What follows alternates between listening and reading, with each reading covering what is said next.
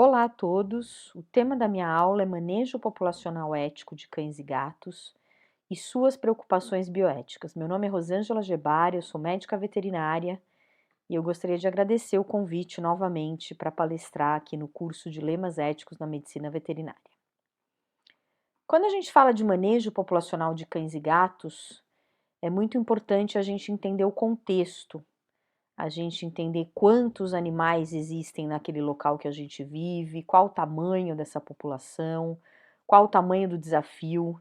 Se eu sou um médico veterinário, eu sou contratado por uma secretaria de Estado, uma secretaria municipal de saúde ou uma secretaria municipal de meio ambiente para lidar com a população de cães e gatos de uma determinada cidade, é muito importante eu ter um panorama inicial, né, de qual o tamanho dessa população, quantos animais vivem dentro dos lares, vivem dentro dos domicílios, quantos animais vivem em uma situação de rua.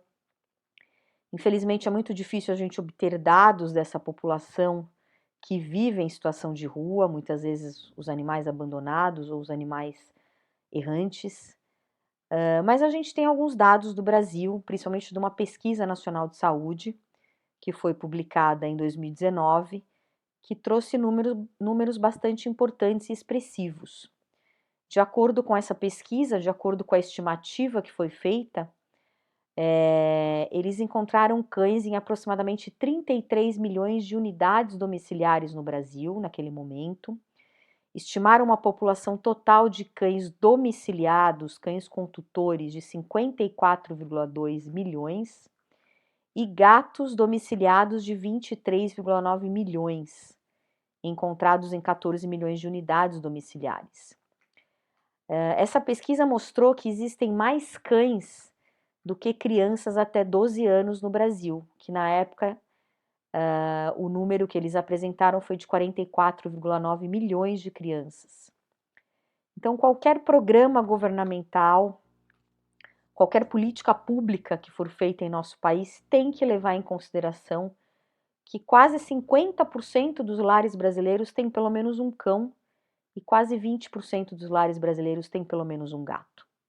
Então é muito importante a gente começar aqui, eu começar minha fala, né, trazendo um pouco desses dados consolidados, essas estimativas federais que nos foi apresentada pela Pesquisa Nacional de Saúde em 2019, que vocês podem ter acesso pela internet.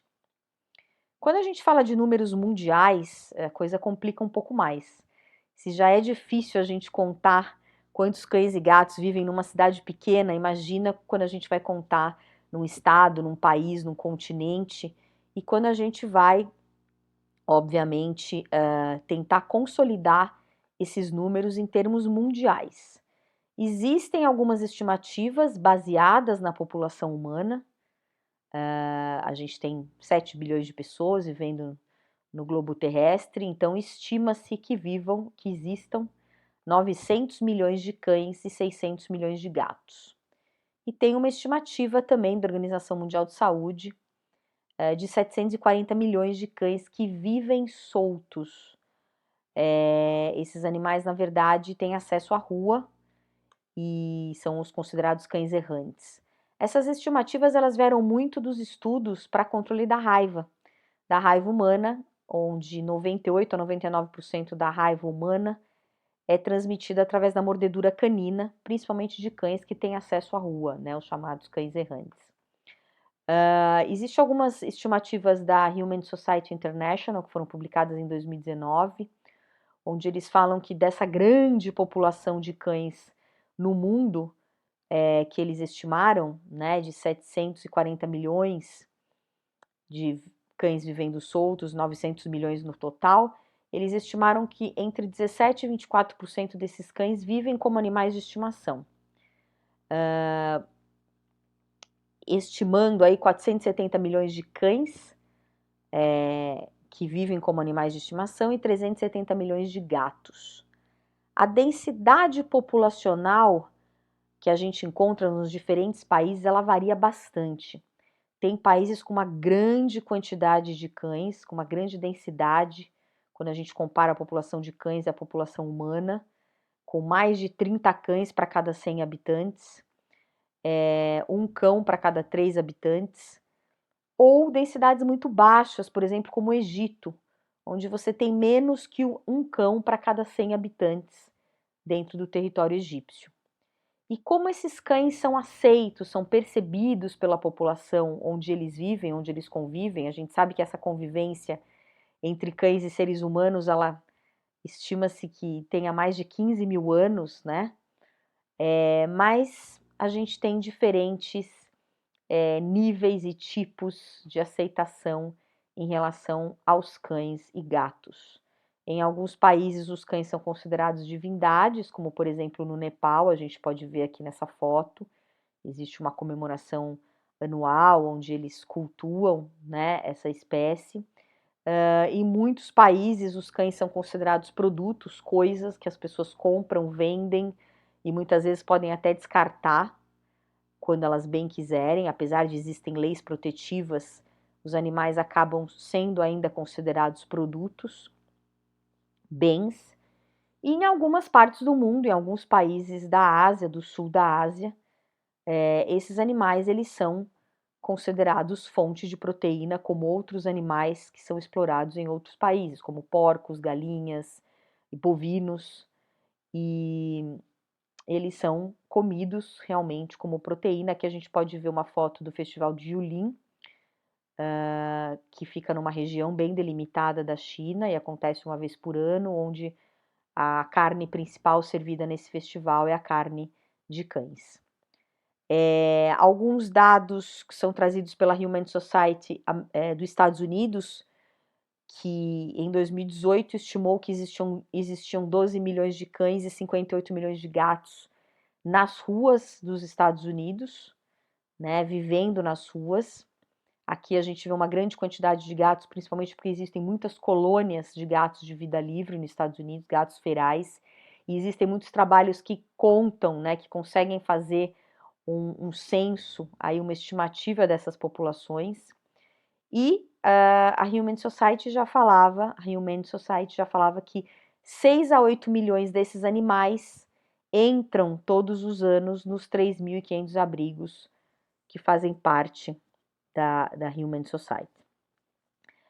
Existe um trabalho do Schommel também que traz uma coisa muito interessante, que fala que mais de 90% dos cães vagando nas ruas de algumas cidades que ele pesquisou na América Latina, no Peru, na Bolívia, já tiveram um lar. A grande maioria aí são animais abandonados, vítimas aí da irresponsabilidade humana. E apesar de a gente tentar entender a quantidade de animais, o número de animais, é importante a gente conhecer um pouco da dinâmica populacional. Essa população ela nunca é estável, ela muda de tempo em tempo. Se eu faço hoje um corte, uma avaliação de quantos animais vivem no meu bairro, dentro das casas, fora das casas, em situação de rua, se eu voltar daqui um mês, esse número pode estar muito diferente. E não existe só 2 tipos de animais, né? Cães com tutores domiciliados, confinados e cães abandonados nas ruas sem tutor. Existem os cães com tutor que são domiciliados e confinados. Existem os cães com tutor que não ficam dentro de casa, muitas vezes as casas não têm portão, não tem um cercamento. Existem os cães com tutor, onde o tutor deixa o animal na rua, vagar na rua pela manhã ou pela noite. Então, muitas vezes você vê esse animal na rua, você acha que é um animal em total abandono e ele tem um tutor, só que ele não é um cão domiciliado, confinado. Existem os cães com tutor que são abandonados e passam a fazer parte dessa população dos animais em situação de rua, os animais errantes. Existem os cães com tutores que são perdidos. Existem os cães que estão na rua que não tem nenhum tutor, não tem nenhum responsável, em total abandono, vivem em total abandono. Existem os cães que vivem na rua já um determinado tempo, em um determinado local, onde eles são amparados por aquela comunidade, são aceitos pelaquela comunidade, são alimentados pela comunidade, mas eles não têm um tutor único, não moram num domicílio, moram nas ruas, que são os cães comunitários. E esses animais, obviamente, eles podem ser adotados, eles podem ser resgatados por ONGs, eles podem morrer, eles podem ir para dentro de centros de controle de zoonoses. Existem os animais que são criados dentro dos criadouros comerciais, existem os animais que são comprados, existem os animais que são adotados das ONGs. Então existe toda uma movimentação e uma dinâmica que muda de tempo em tempo e difere, obviamente, de local para local. Esse é um diagrama que vocês encontram no site do ICANN, que é a Coalizão Internacional de Manejo das Populações Animais. E o local que eles vivem também não mostra muitas vezes para a gente o nível de qualidade desses animais, o nível de bem-estar. Você pode ter animais confinados com um tutor que vivem dentro de uma residência, mas que vivem da pior maneira possível. Vivem em total negligência, em maus tratos, amarrados em correntes, apanhando, sem alimentação, sem carinho, sem cuidado. Existem os animais muitas vezes que vivem nas ruas, que são os animais comunitários, que são muito bem tratados e aceitos pela comunidade. Existem os animais que estão nas ruas, que recebem alimentos, que vivem numa situação, obviamente, de bastante risco, mas uma situação não tão ruim quanto alguns que vivem em total abandono, que não recebem provisões de alimento, que só se alimentam de restos, de lixo, e os animais que vivem numa situação realmente bastante deplorável, com doenças que muitas vezes nem se aproximam dos seres humanos por conta da sua condição física. E esses animais nas ruas, principalmente quando eles estão num excesso, quando existe uma grande população de animais em situação de rua num determinado local, num determinado bairro, numa determinada cidade, eles trazem muitos problemas, eles podem trazer muitos problemas para aquela comunidade. A gente tem a questão das zoonoses, das transmissões das doenças zoonóticas. No Brasil, a gente tem muito problema em relação à leishmaniose visceral canina. A gente tem o risco da raiva, obviamente. A gente tem a questão da esporotricose, que está sendo bastante disseminada em algumas capitais do Brasil. A gente está tendo realmente surtos de esporotricose, principalmente com a população de gatos de vida livre. A gente tem a questão das mordeduras, né, dos agravos. Existem mais de 500 mil casos de agravos no Brasil todos os anos que chegam aos postos de saúde e que traz um impacto, obviamente, porque muitas vezes essas pessoas precisam tomar a profilaxia pós-exposição ao vírus rábico. Existe a questão dos acidentes de trânsito, do barulho, da sujeira, do impacto no turismo, do impacto na vida silvestre. Muitos desses animais vivendo em áreas próximas de áreas de preservação ambiental, acabam predando, caçando animais silvestres, cães e gatos, e quando vivem perto de fazendas podem ter conflitos com os animais de fazenda. Então, dependendo da quantidade de animal, da condição que eles vivem, da aceitação da comunidade em relação a eles podem realmente trazer problemas. E eles sofrem bastante, a gente sabe disso. Existem trabalhos que provam que animais que nascem nas ruas, 75% dos filhotes morrem antes de completar 6 meses de vida. Morre de doenças infecciosas, sinomose, parvovirose, complexo respiratório felino, panleucopenia, FIV, FeLV, muitos problemas de pele, dermatopatia, sarnas, feridas, miíases. Muitos animais morrem atropelados, muitos animais são vítimas de maus tratos, de agressão, de envenenamento. Então, esses animais, eles sofrem muito nas ruas, né? Obviamente, existem pessoas que falam, ah, não, os animais se viram, eles já estão acostumados, mas a gente sabe que não é bem assim, principalmente nos grandes centros urbanos. A gente não tem, como eu falei, números oficiais de quantos animais vivem nas ruas no Brasil. A gente não tem esses dados também em nível continental, esses dados em nível mundial, mas estima-se, a Organização Mundial de Saúde estima que existam 200 a 400 milhões de cães vagando nas ruas, considerados os cães errantes. E quando a gente pensa nos animais, né, nos cães e gatos, quem são responsáveis por ele? Independente da legislação do local, independente das leis, das normas do local em que a gente vive, obviamente, qualquer animal mantido sob a responsabilidade humana deve ser, no mínimo, protegido do sofrimento desnecessário. E a gente nunca deve infligir sofrimento por motivos triviais. Essa é uma situação do FARSTAT de 2018 e eu acho bastante interessante, independentemente do local, independente quem é esse animal, se é um animal do meu vizinho, se é um animal em situação de rua, se é o meu animal. Em relação aos nossos animais, geralmente existem 3 princípios éticos que regem as nossas relações, né, a nossa responsabilidade.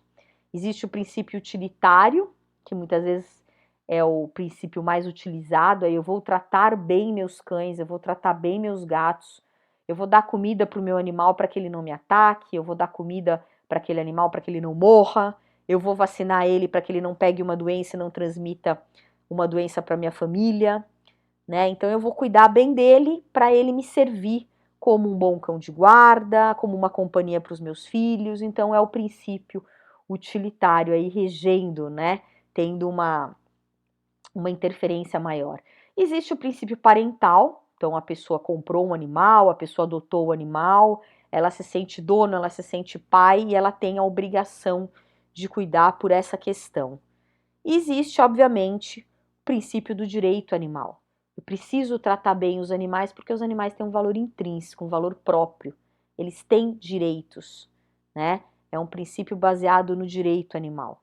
E quando a gente fala em relação aos animais em situação de rua, aos animais abandonados, quem é responsável, né, por esses animais? Todos são responsáveis.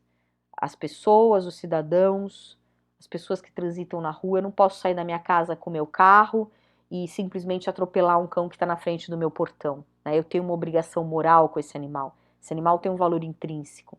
Existe, obviamente, uma legislação aqui no Brasil que protege esses animais. A Lei de Crimes Ambientais, a Lei Federal 9.605. Eu não posso maltratar, eu não posso matar, eu não posso mutilar um animal, seja ele um animal em situação de rua, seja o meu animal, seja um animal silvestre, um animal doméstico. E existe, obviamente, as questões de saúde única, né? Os secretários governamentais de saúde, de meio ambiente, de turismo, de educação, de bem-estar animal têm que entender essas questões. As organizações não governamentais têm que entender, os criadores comerciais de cães e gatos, os cidadãos, os tutores, todo mundo é responsável pelos animais em situação de rua. E como que a gente lida com essa população, principalmente com a população dos animais em situação de rua? Muitas vezes eu sou contratada por uma secretaria de bem-estar animal, uma coordenadora de bem-estar animal, e a minha primeira função, né, meu primeiro objetivo dentro da minha função é tentar lidar com o excesso populacional de cães e gatos que vivem em situação de rua. E quando eu vou lidar com essa população, eu tenho que pensar que eu não vou lidar só com a população animal. Eu vou ter que trabalhar com as pessoas, eu vou ter que trabalhar com o meio ambiente, eu vou ter que ter um olhar holístico aí da questão da saúde única, né? Então tudo está interligado, não adianta eu trabalhar só com os animais, eu tenho que trabalhar com as pessoas. E existem várias questões, vários componentes que fazem parte de um programa ético, efetivo e sustentável do manejo dessas populações, e eu vou falar um pouco de cada um desses componentes.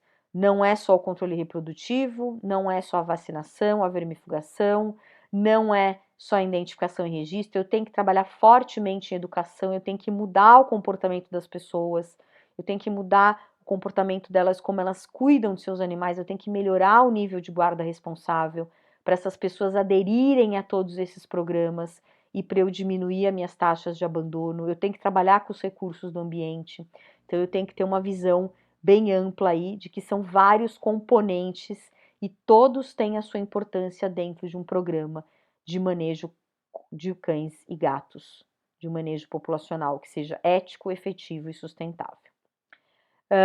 Esse é um manual bastante importante para quem trabalha com isso.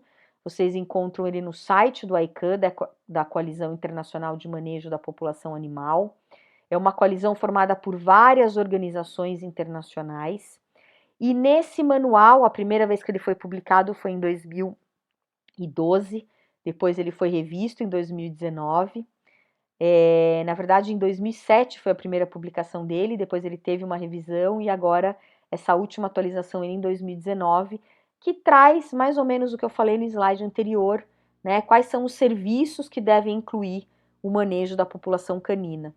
Então, promover a guarda responsável, promover o comportamento responsável dos tutores e não tutores, fortalecer a capacidade profissional das pessoas que vão trabalhar dentro desse manejo, aumentar o acesso aí das pessoas ao controle reprodutivo de seus animais, o acesso ao cuidado veterinário, tem toda a parte aqui que eu falei para vocês de gestão de recurso, identificação e registro, controle da criação, da venda e do comércio de animais, né? A questão dos abrigos, dos centros de ressocialização, da promoção da adoção.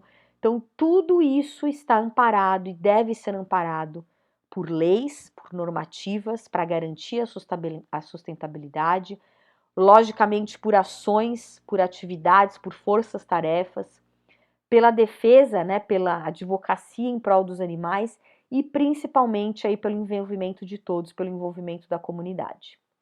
O ICANN tem vários manuais importantes, tem a questão do manejo populacional de gatos, tem a questão do desenvolvimento, da importância de os municípios, né, das coordenadorias desenvolverem as suas políticas em relação à eutanásia de animais que necessitam de eutanásia dentro de um controle populacional. E tem um manual muito importante, que é o manual de monitoramento e avaliação das intervenções de manejo. A partir do momento que a gente implementa um programa de manejo populacional, a gente tem que monitorar e avaliar para ver se a gente está atingindo os nossos objetivos. É importante a gente dizer que não é só o número de animais que nos diz como é que está a situação daqueles animais naquele local. Muitas vezes você tem um local com uma alta densidade populacional, você tem muitos animais nas ruas, vivendo nas ruas, como é o caso, por exemplo, da Índia, onde você tem uma grande população de cães, de gatos, de camelos, de vacas, de macacos transitando, né, numa mesma área urbana, mas ao mesmo tempo você não vê tantos conflitos. Você vê um certo nível de aceitabilidade das pessoas em relação a essa grande população de cães, e você tem inclusive leis muito protetivas em relação a esses animais de rua na Índia, né? Aqui a gente tem uma lei federal na Índia que protege os animais de rua, os animais que estão vivendo em situação de rua, os animais abandonados nas ruas. E alguns países que têm uma baixíssima densidade, tem poucos animais, poucos cães, mas a aceitabilidade daqueles animais é baixíssima, a tolerância de grande parte da população é baixíssima, se refletindo até em medidas absurdas, como por exemplo, uma mulher do parlamento egípcio que propôs que o Egito capturasse os animais de rua, os cães de rua, e exportasse esses cães para países que consomem carne canina. E essa política, ela é membro da Comissão de Direitos Humanos do Parlamento Egípcio. Obviamente, isso não foi para frente, porque teve uma grande repercussão internamente. Obviamente, existem muitos egípcios que amam animais, amam cães, e teve também uma repercussão internacional bastante negativa em relação a essa proposta, tá?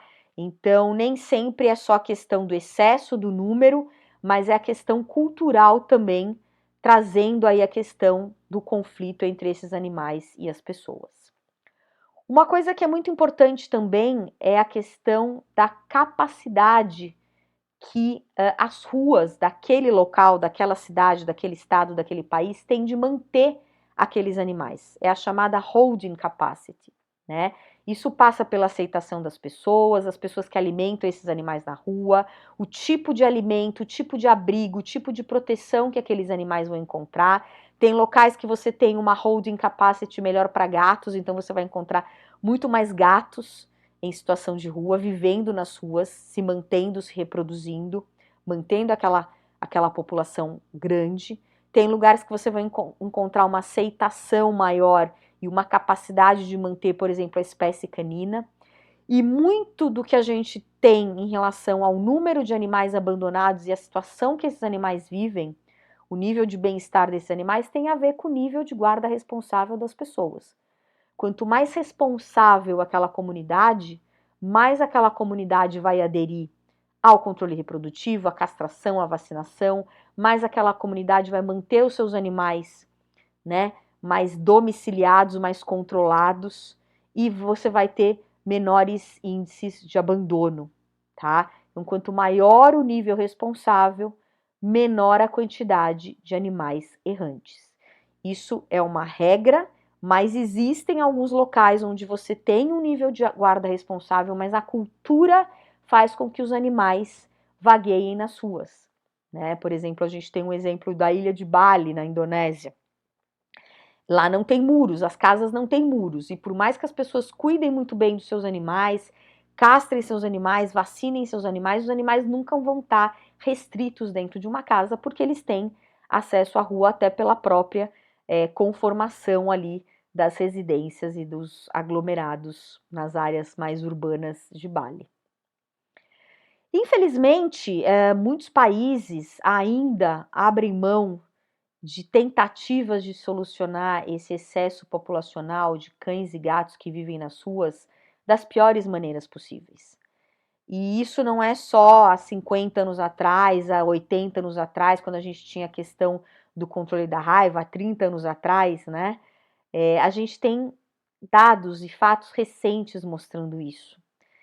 Obviamente, matar animais, além de ser cruel, além de ser antiético, além de não levar em consideração o valor intrínseco dos animais, não é aceito pela maioria da sociedade.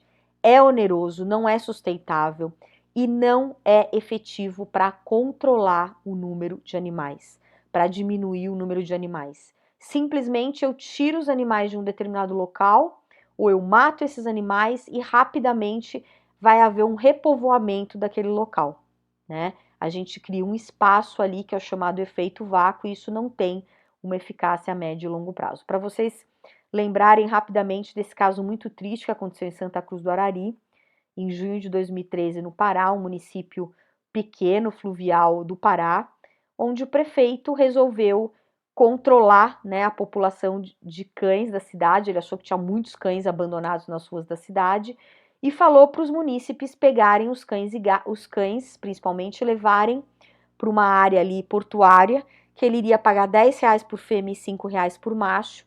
As pessoas levaram, capturaram os animais de rua, levaram nesse local, eles juntaram aproximadamente 400 cães, colocaram em barcos e levaram para uma ilha para esses animais morrerem de fome. Tá? Isso foi denunciado, obviamente teve uma grande repercussão, o prefeito perdeu seu cargo, na época ele não foi preso, a gente não tinha lei sanção ainda, mas foi um caso muito recente que aconteceu em nosso país de tentativas absurdas de solucionar. Hoje a gente tem uma lei que proíbe o controle populacional de espécies caninas e felinas através do sacrifício, então esse controle populacional tem que ser feito através de castração, através do controle reprodutivo, mas nessa época a gente não tinha essa lei federal. Infelizmente, né, por mais que seja proibido no Brasil a gente fazer esse tipo de controle totalmente cruel e não ético, né, de matar animais em situação de rua, a gente ainda tem alguns casos de extermínio, né, de cães e gatos, muitas vezes por veneno, e muitas vezes você não descobre o que aconteceu naquele local, e quando vai haver a investigação, muitas vezes foi a mando, né, de algum gestor governamental que queria controlar aquele excesso populacional. A gente tem aqui uma notícia de março de 2021 do Paquistão. O governo paquistanês ele pretendia matar, assassinar 25 mil cães, principalmente para controlar a raiva naquele país. E a gente tem, infelizmente, várias notícias aí muito tristes em relação a isso em diversos países do mundo. Em 2018, na Paraíba, no município de Garaci, o secretário de saúde era um médico veterinário. Eles estavam tendo muito problema de leishmaniose canina e leishmaniose humana na cidade. E o secretário de saúde, o veterinário, resolveu matar todos os cães que viviam em situação de rua na cidade. Pediu para os funcionários capturarem esses animais foram levados para dentro de uma área conhecida ali como o Centro de Controle de Zoonoses da cidade. Esses animais foram mortos à paulada. Aproximadamente, né, mais de 30 cães passaram por essa chacina. E, obviamente, foi denunciado, teve uma repercussão nacional, internacional. Tanto o secretário de saúde, o veterinário, quanto o prefeito perderam seus cargos, mas, infelizmente, não ficaram presos, né? Felizmente, muitos prefeitos, muitos gestores não pensam em lançar a mão de uma medida tão absurda quanto essa. Mas muitos pensam, eu vou comprar um terreno, eu vou comprar uma fazenda e eu vou construir um grande abrigo municipal, um grande canil municipal, e eu vou pegar todos os animais que estão abandonados na praça da minha cidade, no cemitério, nos terminais de ônibus, e eu vou levar para esse abrigo. E a gente sabe que só construir um abrigo municipal não resolve o problema. Rapidamente esse abrigo chega na capacidade máxima, rapidamente esses animais começam a ter o seu bem-estar prejudicado. Muitas vezes não há recursos para castrar os animais, vacinar os animais, alimentar os animais de forma correta. Os funcionários que trabalham aqui acabam tendo problemas também. E essa alta densidade demográfica que é atingida rapidamente acaba trazendo muitas consequências e poucas vezes esses animais conseguem ser ressocializados e colocados, né, adotados por famílias de forma definitiva.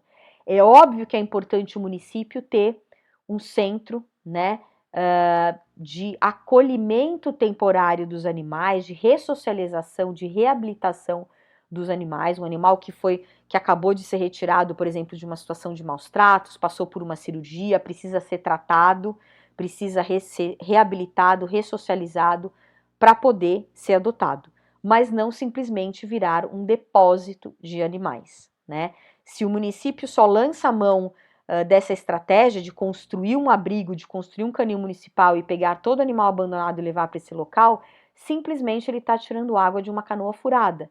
Ele não está agindo na prevenção do problema, na raiz do problema, né? E esse gasto excessivo com esse recurso na construção e manutenção de um abrigo, ele pode ser melhor utilizado para atuar na fonte do problema, para atuar em educação em guarda responsável, para atuar em controle reprodutivo, para atuar em registro, identificação, em vacinação desses animais.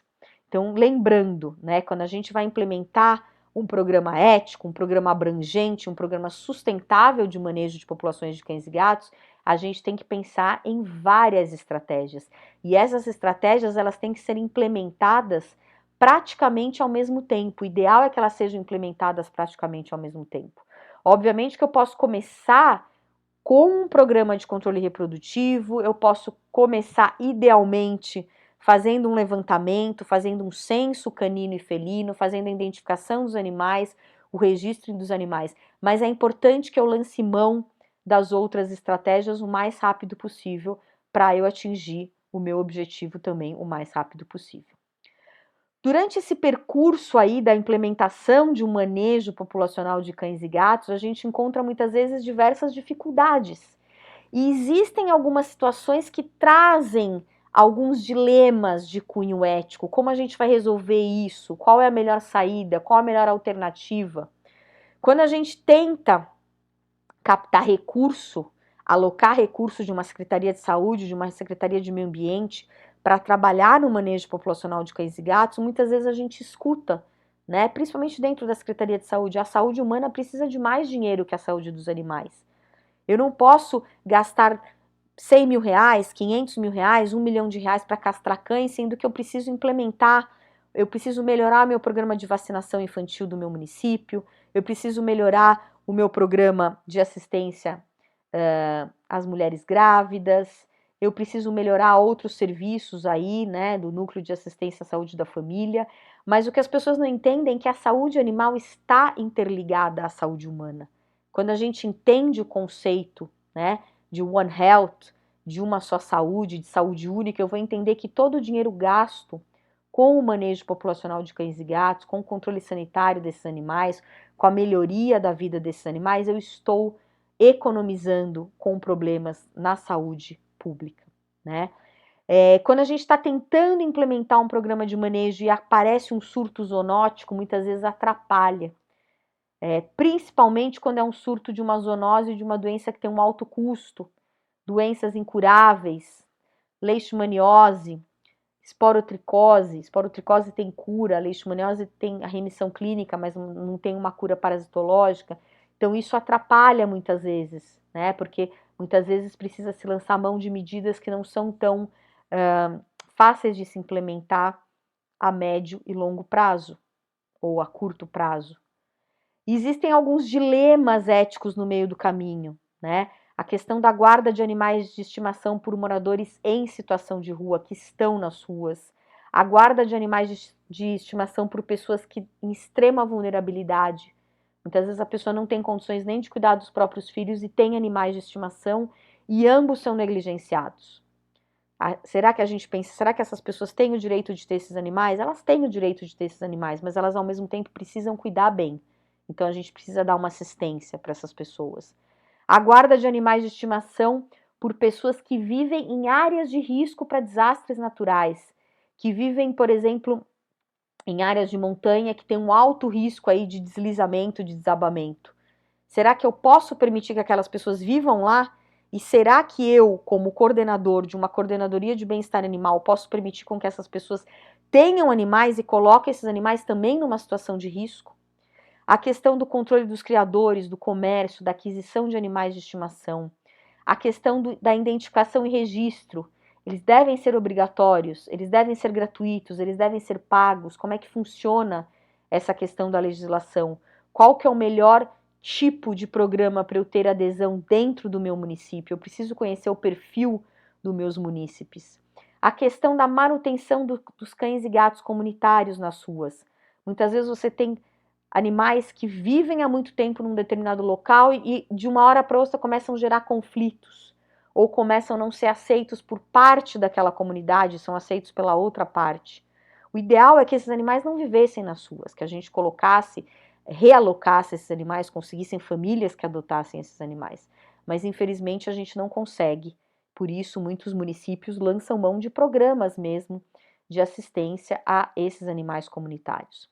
A questão da castração, né, dentro de um programa de manejo populacional, como que funciona a questão do controle reprodutivo? Ele deve ser colocado de uma forma obrigatória para determinados animais, para determinados grupos de animais? Como é que a gente lida com a questão da indicação da castração pediátrica, sendo que a comunidade veterinária hoje está falando em relação a alguns tipos de animais, alguns cães de determinados portes que devem ser castrados um pouco mais tardiamente? Como é que funciona isso quando a gente lida com populações, com a medicina veterinária do coletivo e não com a medicina individualizada? A questão da esterilização de cadelas gestantes que vem dentro de um serviço de castração do município e ela já está prenha, ela está no terço inicial de gestação ou ela está no terço final. Então existem muitas dificuldades e muitos dilemas que devem ser enfrentados, obviamente, da melhor maneira possível dentro de uma implementação do manejo populacional de cães e gatos. A questão da alocação de recursos, né, na saúde animal, no controle reprodutivo de cães e gatos, isso está muito bem estabelecido. Quando a gente vê a questão da raiva, né, o impacto da raiva canina nos cofres públicos de diversos países, existem trabalhos mostrando nesse impacto econômico, né, da epidemia da raiva canina. A gente tem, por exemplo, mais de aproximadamente 60 mil mortes humanas por ano devido à raiva canina. A gente tem 3,7 milhões de anos de vida perdidos por incapacidades geradas pela raiva. A gente tem perdas econômicas no montante de 8,6 bilhões de dólares anualmente. Então, todo investimento em campanhas de vacinação canina traz um retorno muito grande para os cofres públicos.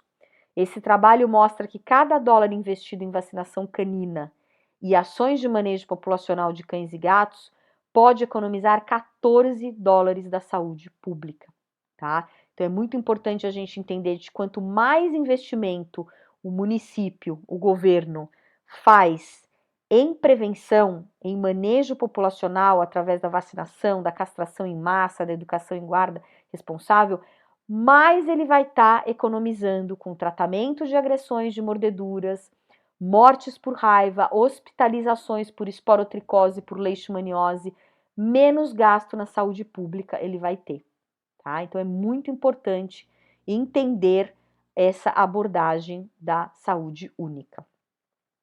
Quando a gente tem no meio do percurso aí surtos de doenças zoonóticas, um país está implementando um programa de manejo, mas você tem um surto de uma doença zoonótica, muitas vezes, muitos países lançam mão de medidas extremamente cruéis e antiéticas, como, por exemplo, a matança em massa, né? O chamado culling, quando a gente fala em inglês. Então, a gente vê aqui uma foto no Paquistão em 2016, né? Muitos animais, milhares de animais foram mortos no intuito de diminuir a incidência da raiva humana naquele país. Mesmo nesses países, essas medidas são rejeitadas por grande parte da sociedade. E, felizmente, em muitos países são medidas totalmente ilegais, né? Inclusive com legislações específicas para isso. Desde 2004, a Organização Mundial de Saúde não recomenda mais. Fala que essas medidas são contraproducentes e ineficazes, né? Então, eles falam, inclusive nos textos da Organização Mundial de Saúde, você matar uma grande quantidade de animais para tentar controlar aí uma epidemia de uma doença zoonótica não resolve, porque após essa matança, os cães soltos não vacinados ou não controlados preencherão imediatamente essa área, se reproduzirão melhor, porque vão ter mais recursos, mais alimento e abrigo sobrando. E os tutores de cães, mesmo que você mate cães com tutores, vão substituir seus cães por um novo cão não vacinado, não castrado e não controlado. Aí a teoria do efeito vácuo, né? Além do que, esse tipo de medida ele ensina para aquela população sobre violência, para as crianças principalmente, ele diminui, né? Ele ensina a falta de empatia para seres diferentes, para outras formas de vida, causa animosidade naquela população, a comunidade começa a ser violenta contra os agentes de saúde, então é uma forma totalmente antiética e ineficaz.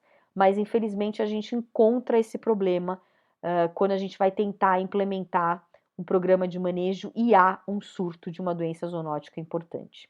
A gente pode ver pelo caso da leishmaniose visceral no Brasil, né? Apesar de a gente ter um tratamento aprovado pelo Ministério da Agricultura, o Milteforam, ainda há a indicação numa portaria interministerial da matança de animais soropositivos como uma das formas de ferramentas de controle dessa doença.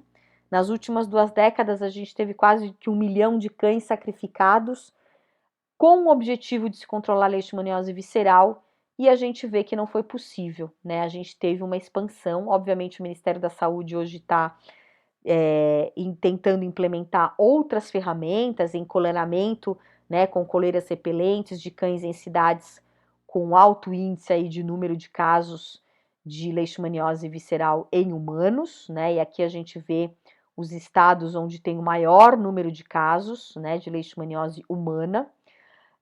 Mas ao longo desse percurso, nessas 2 últimas décadas, a gente teve muitos problemas.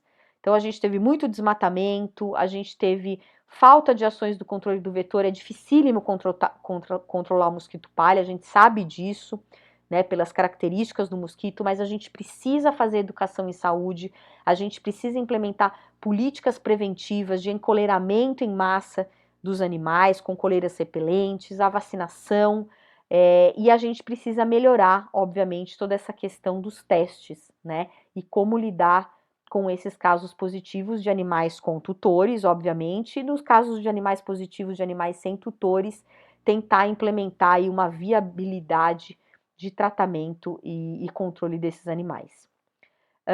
Um problema, né, que eu falei como um dilema aí, são tutores que mantêm os seus animais, que têm animais e que vivem em áreas de risco, né? É muito importante a gente entender que os gestores governamentais, as secretarias de defesa civil, as secretarias de assistência social, as organizações que trabalham com assistência social precisam cadastrar essas famílias e incluir os animais nesse cadastramento. É muito comum construírem abrigos temporários ou construir outras áreas de residência para essas pessoas, quando eles retiram essas pessoas dessas áreas de risco e não incluírem os animais. Muitas vezes não permitir com que essas pessoas levem seus animais. Então é muito importante a Defesa Civil ter essa consciência que os abrigos provisórios devem aceitar os animais. E todos os animais que vivem, os com tutores e os sem tutores, devem ser resgatados em caso de um desastre natural e devem ser abrigados com suas famílias. O Marco de Sendai, que é um importante marco, né, para a relação de redução de risco em desastres, ele fala dessa questão de incluir os animais, principalmente nos projetos de cidades resilientes e nas áreas rurais, de incluir a questão dos animais de produção, os animais de fazenda. Então é muito importante a gente lidar com essa realidade. 46% dos lares brasileiros têm pelo menos um cão e aproximadamente 20% dos lares brasileiros têm pelo menos um gato. A gente sabe que esse número é muito maior. Essa é uma pesquisa que foi feita através de uma estimativa matemática, publicada em 2019, e a gente sabe que esse número pode ser muito maior. Então, qualquer programa da Defesa Civil, dos órgãos de assistência social que forem trabalhar com essas populações que vivem em áreas de risco, tem que incluir os seus animais. Quando fazem uma simulação de evacuação, quando fazem um abrigo temporário, quando fazem uma comunidade numa nova área que não seja de risco, os animais devem ser levados junto com as suas famílias. Uma outra questão bastante complicada é a questão da guarda de cães e gatos por moradores em situação de rua ou pessoas de extrema vulnerabilidade social e econômica. Muitas vezes a gente sabe que esses animais criam um vínculo muito forte com essas pessoas. Essas pessoas têm o direito de ter animais, todas as pessoas têm o direito de ter animais. Logicamente, todos devem cuidar bem de seus animais, na medida do possível, dentro das suas provisões. É óbvio que em caso de violência ou maus tratos, mesmo em se tratando de um animal em situação de rua e o seu tutor, né, seja um tutor que não tem um teto, que está numa situação de rua, se ele estiver violentando esse animal, se ele estiver maltratando esse animal, obviamente tem que ser retirado dessa pessoa.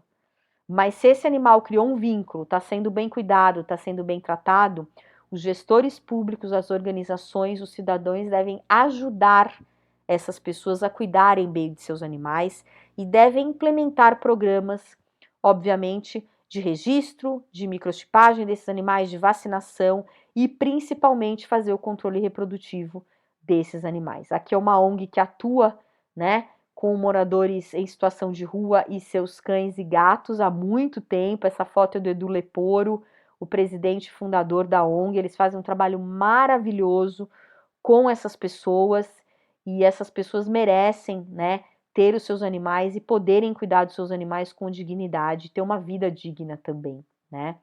Mas, obviamente, tem situações onde é muito difícil, onde vê-se que a pessoa realmente não tem nem condições de cuidar dela própria, muitas vezes tem um vício, muitas vezes mantém um animal preso, não consegue alimentar esse animal direito.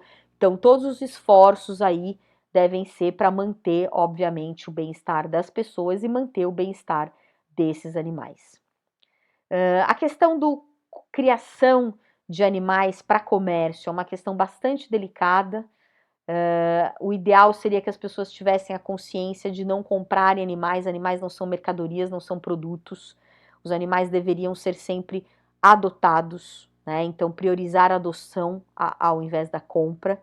Existe toda uma questão hoje de criadores criando 15, 16, 20 raças, criando mais de 1.000 animais, simplesmente com intuito mercadológico, intuito comercial, e muitas vezes criando esses animais em situações deploráveis, né? Em situações de maus tratos, e esses criadores clandestinos, ou muitas vezes até legalizados, os animais todos são retirados deles e eles são, obviamente, são denunciados, né, e são investigados e muitas vezes são penalizados.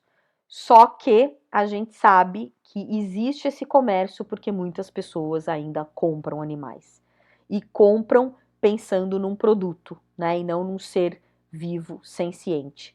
Então a gente tem que trabalhar muito com a educação, muito com a conscientização. A gente tem que diminuir a demanda por esses animais, por essas raças da moda, que tem muitas vezes muito problemas, como os cães bracocefálicos, e a gente tem que diminuir essa demanda para a gente cada vez mais diminuir esse comércio. E, obviamente, os municípios devem implementar ferramentas, legislações cada vez mais restritivas que possam implementar, né, uma aplicação da lei e ferramentas de fiscalização também.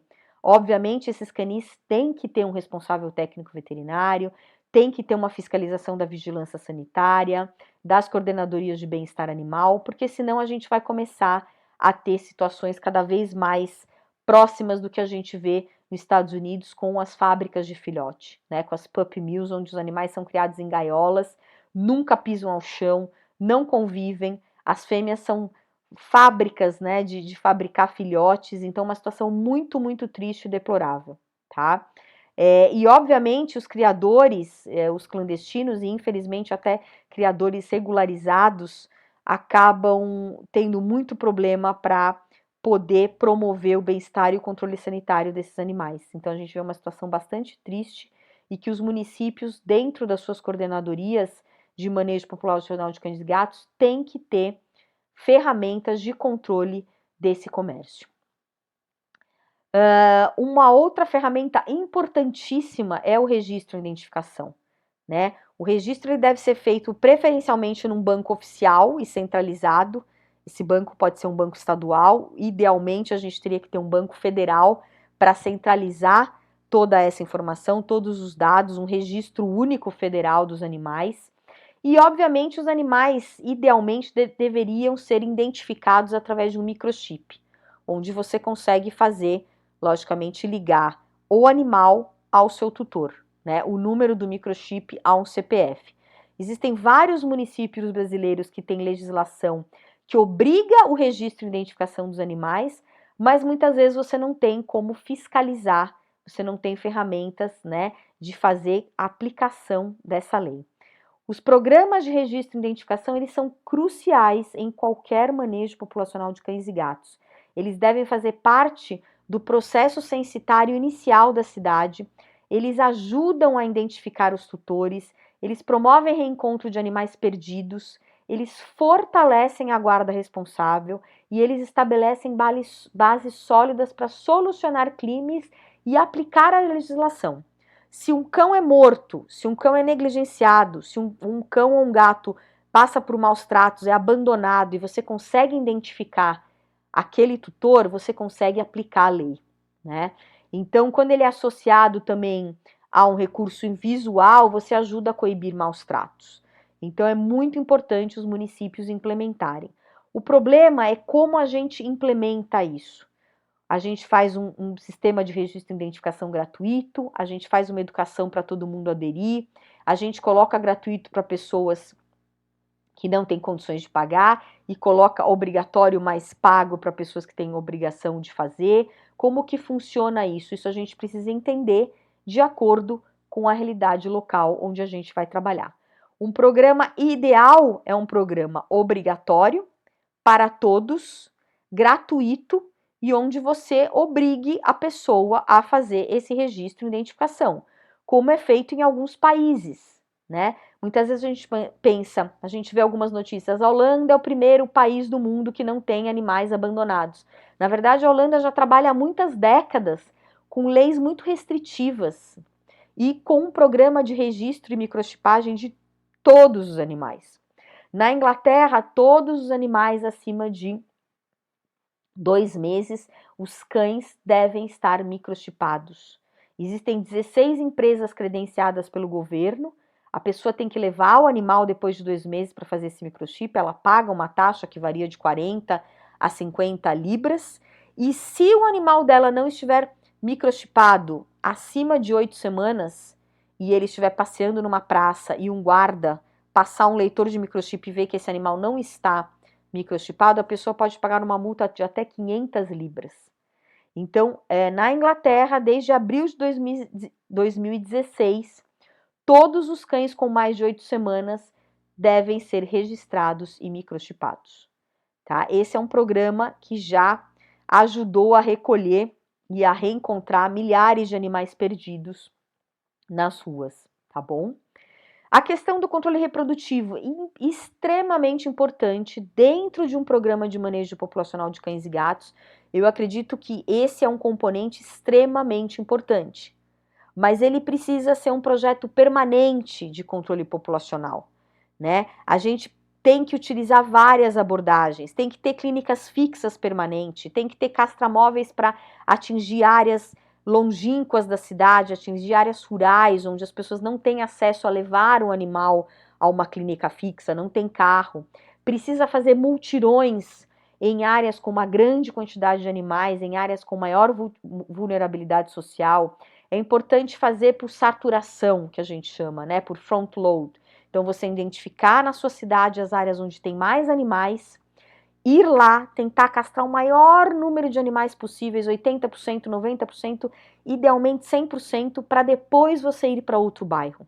A gente vê muitos municípios castrando 5 animais num bairro, 10 animais no outro bairro, 20 animais no outro bairro, pulverizando aí as ações de controle reprodutivo. É importante castrar os animais com moradores em situação de rua, é importante fazer trabalhos de sede, captura, esterilização e devolução, principalmente de gatos de vida livre, a castração dos animais dos acumuladores, a castração em comunidades mais afastadas, comunidades indígenas, comunidades quilombolas e, obviamente, monitorar o impacto dessas ações, tá? São pouquíssimos os municípios que fazem um monitoramento, uma contagem de animais para ver se a sua estratégia de controle reprodutivo está tendo o objetivo esperado, que é controlar, né, essa densidade populacional, diminuir essa densidade populacional, principalmente dos animais abandonados nas ruas, e diminuir a taxa da população, envelhecer a população, mudar aquela pirâmide etária clássica, né?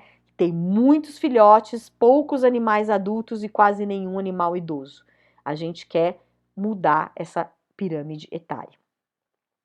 Uma questão que está se falando agora bastante e que entrou numa discussão e que veio parar dentro da medicina veterinária do coletivo é a castração pediátrica. A castração pediátrica é extremamente importante dentro de um programa de manejo populacional de cães e gatos. Quando a gente trabalha, por exemplo, com animais que chegam dentro dos CCZs, dentro dos canis municipais, dentro dos gatis municipais, dentro dos abrigos das ONGs, muitos filhotes adentram dentro desses locais, porque muitas vezes nascem, né? Mães são abandonadas, prenhas, gestantes, ou dão à luz nas ruas, e esses animais são recolhidos.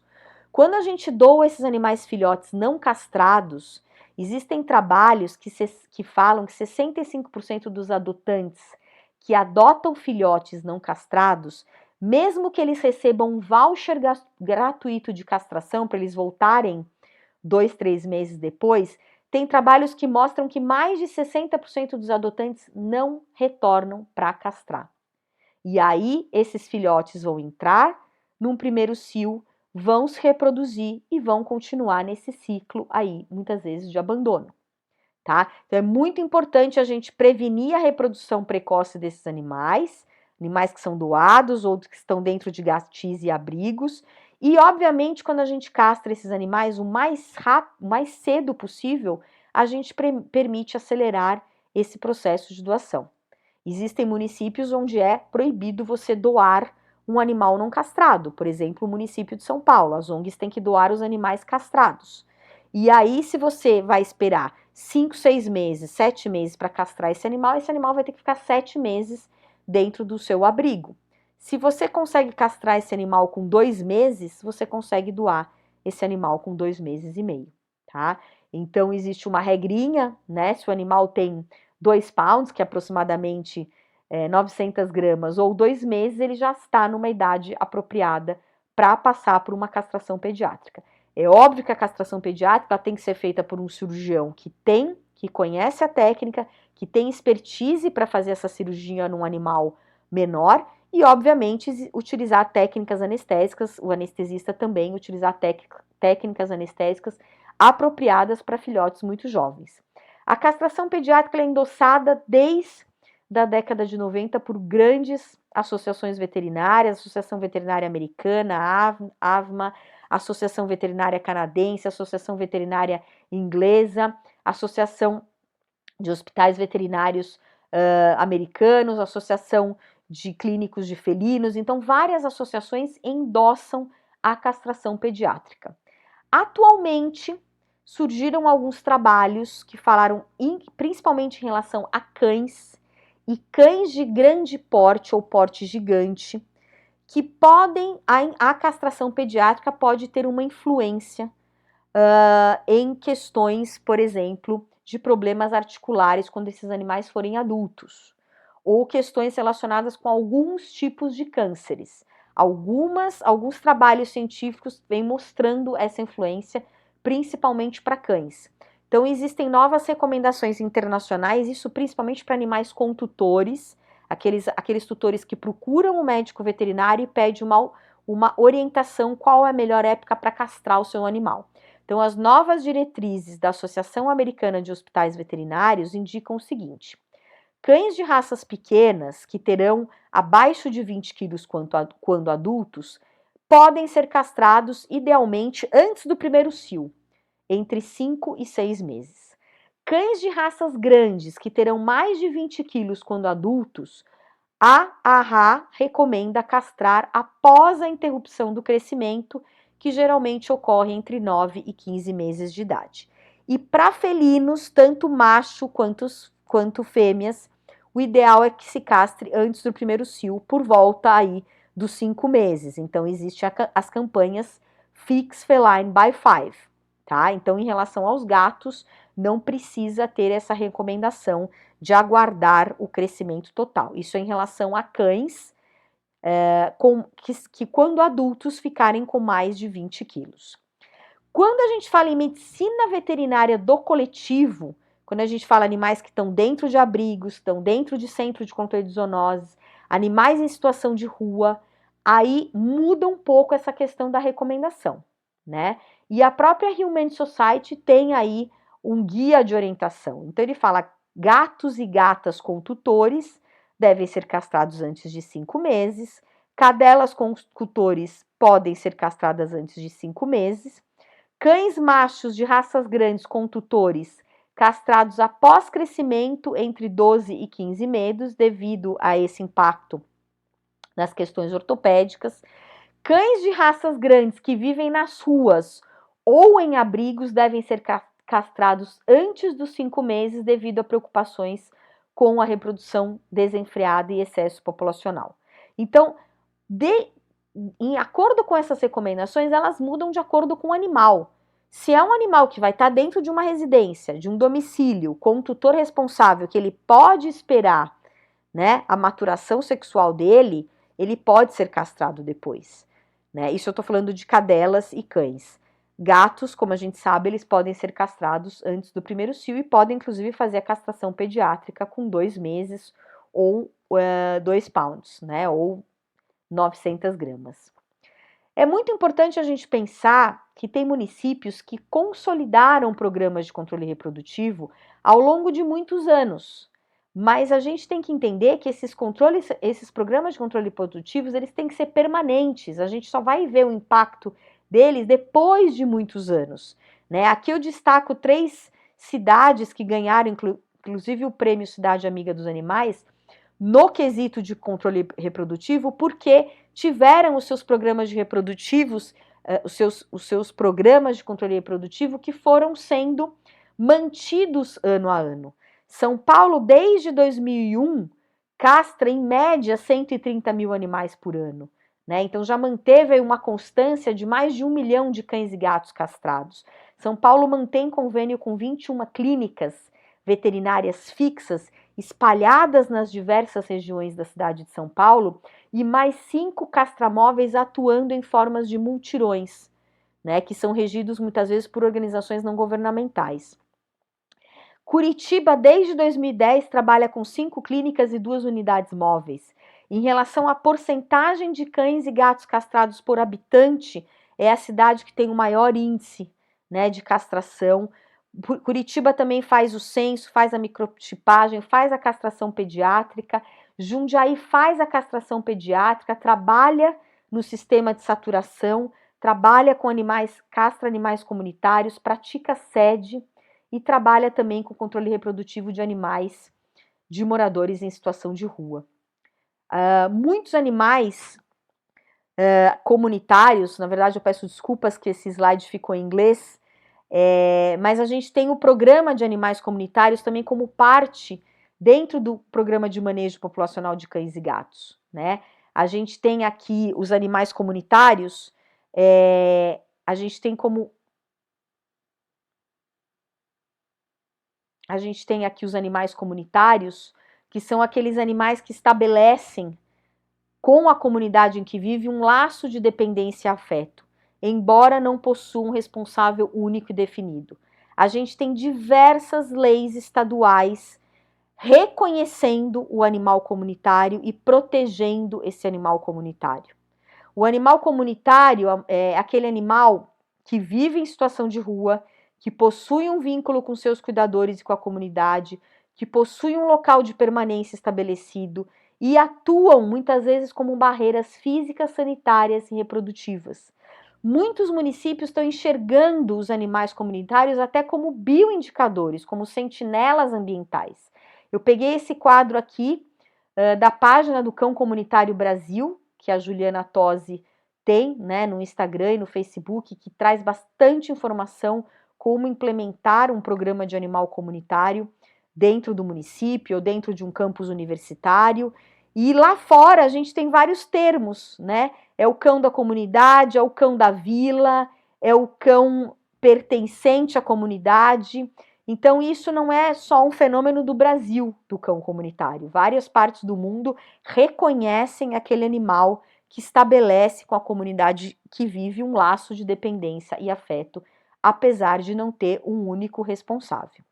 Aqui eu trago algumas fotos dos animais comunitários de Curitiba, nessa parte de cima aqui.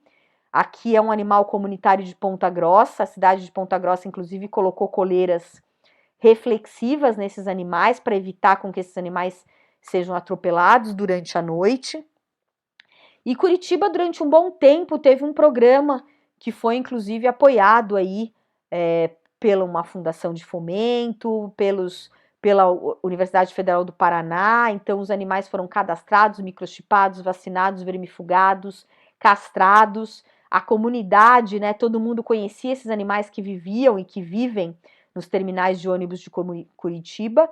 E esse foi um trabalho publicado em 2017 pelos pesquisadores da Universidade Federal do Paraná, onde eles fizeram todo um levantamento sorológico aí de várias doenças transmitidas por vetores, e eles chegaram na conclusão que, apesar da exposição diária em áreas públicas com grande circulação de pessoas, os 49 cães comunitários de Curitiba que foram testados, né, nessa ocasião para esse trabalho, apresentavam uma baixa prevalência de doenças transmitidas por vetores e de zoonoses por protozoários, revelando um baixo risco ambiental e consequente baixa disseminação de patógenos.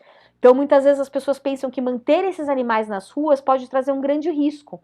E, na verdade, se eles estiverem sendo controlados do ponto de vista sanitário, se eles estiverem castrados, vacinados, vermifugados e acompanhados pela equipe veterinária da prefeitura, eles vão trazer baixíssimo risco de transmissão de zoonoses à população, tá?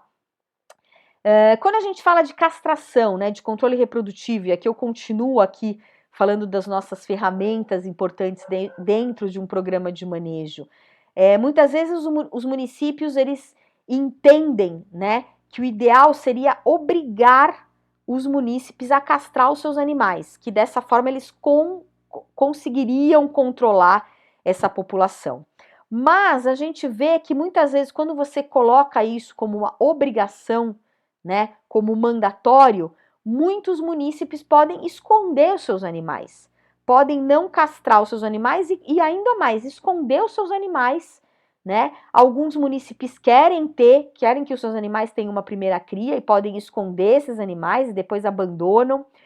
Muitos podem criar os animais de forma clandestina, então o ideal seria a gente educar, a gente conscientizar, né, esses animais, para esterilizar os seus cães e mantê-los sob controle e alguma restrição. Obviamente, a gente tem que ter em relação aos animais que são colocados para adoção e para venda. E uma coisa muito importante, né? Quando chega dentro de um serviço, no mutirão de castração, uma fêmea prenhe. Uma fêmea que é uma fêmea que vive em situação de rua, que foi muitas vezes recolhida por uma ONG e foi levada dentro de um programa de castração. A gente tem que entender o seguinte, pelo nosso Código de Ética Médica, se eu sou um gestor de um programa, eu não posso obrigar o cirurgião que vai fazer essa castração a castrar aquela fêmea prenhe. Ele tem o direito de se recusar, né, por questões pessoais dele, a fazer aquela cirurgia naquela fêmea que está prenhe. É importante que se crie uma política em relação a esses casos. Avaliar cada caso, caso a caso. Quem é essa cadela? Qual é esse período de gestação? Eu estou no terço final de gestação? Existe uma comorbidade? Essa fêmea tem alguma doença? Ela tem leishmaniose? Ela tem esporotricose? Ela vai conseguir cuidar desse animal? Ela vai voltar para as ruas? Eu estou num programa de sede. Quais as chances dela ter um parto distóxico, de ela sobreviver a esse parto? Quais as chances do filhote dela sobreviver? Essa fêmea ela vai ser resgatada, ela vai para dentro de um abrigo, ela vai para dentro de um canil? Qual a qualidade de vida que esse filhote terá na rua, se essa fêmea for devolvida para as ruas com seu filhote? Quais as chances de esses animais terem uma morte com sofrimento nas ruas? Esse dilema ético ele deve ser analisado sempre por um conselho médico, por 1 ou 2 médicos veterinários, junto ao responsável do animal. Se tiver, por exemplo, um responsável da ONG que recolheu esse animal, a gente sempre tem que compartilhar a decisão e ter responsabilidade dessa decisão.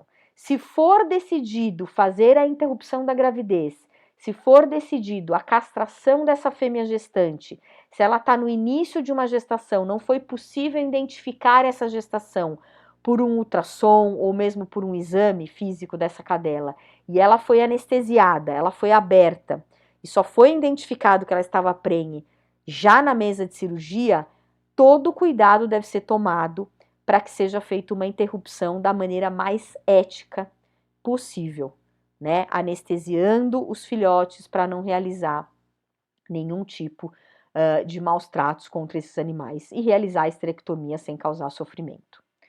É muito importante a gente pensar que existem várias questões, vários dilemas aí relacionados dentro de um programa de manejo. Existe a importância da educação, existe a importância da participação de vários setores da sociedade. Não é só a Secretaria de Meio Ambiente, não é só a Secretaria de Saúde, existe a questão da Secretaria de Educação, da Secretaria de Assistência Social, da Secretaria de Turismo. Todos têm que trabalhar juntos. É muito importante criar comitês multidisciplinares com especialistas, com participantes da academia, da universidade, com participantes, por exemplo, de organizações da sociedade civil, com pessoas que trabalham com moradores em situação de rua. Todos têm que discutir em conjunto as possíveis soluções para aquele local, para aquela cidade, para aquele município. E todos devem lidar juntos com essas preocupações bioéticas, com esses dilemas bioéticos. Existem várias matrizes éticas e ferramentas disponíveis para auxiliar nessas decisões, né? Existem vários papers, existem vários manuais, guidelines nacionais e internacionais que auxiliam o gestor em como implementar, como fazer a monitorização, como fazer a avaliação do seu programa de manejo. Sempre a gente tem que pensar nas nossas ações e no impacto das nossas ações sobre os animais, sobre todos os animais com tutores, os animais sem tutores, os animais abandonados, os animais comunitários, no impacto que as nossas ações, que o nosso programa tem no meio ambiente e tem nas pessoas. E não pensar só a curto prazo, pensar sempre a médio e longo prazo. É muito importante a gente ler os papers nacionais, internacionais, os manuais, mas a gente precisa entender que não existe uma receita única de manejo populacional de cães e gatos. A gente precisa avaliar a nossa realidade local e considerar sempre novas estratégias, novas diretrizes, fazer novas pesquisas. E sempre, sempre, sempre utilizar a abordagem da saúde única. Considerar as atitudes humanas, considerar o comportamento humano, porque isso impacta muito na vida e nos interesses dos animais. Muito obrigada.